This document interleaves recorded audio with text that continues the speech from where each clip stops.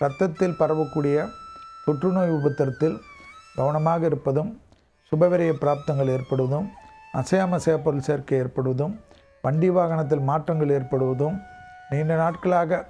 எதிர்பார்த்த பணவரவு கிடைக்கக்கூடிய பிராப்தம் ஏற்படுவதும், டக்கு டக்கு என்று நல்ல காரியங்களே நடக்காது என்று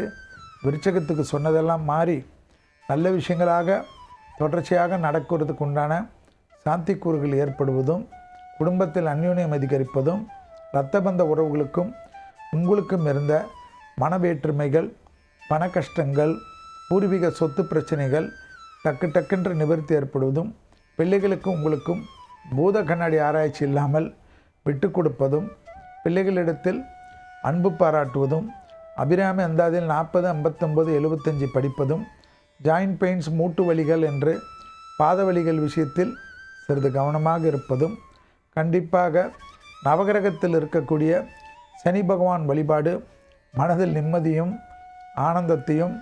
பேரானந்தத்தையும் விருச்சிக ராசிக்காரர்களுக்கு ஏற்படுத்தி கொடுக்கும் என்பதையும் ஞாபகத்தில் வைத்து கொள்ளுங்கள். உடற்பயிற்சி செய்யாத விருச்சிக ராசிக்காரர்கள் மன அழுத்தத்துக்கு ஆட்படுவது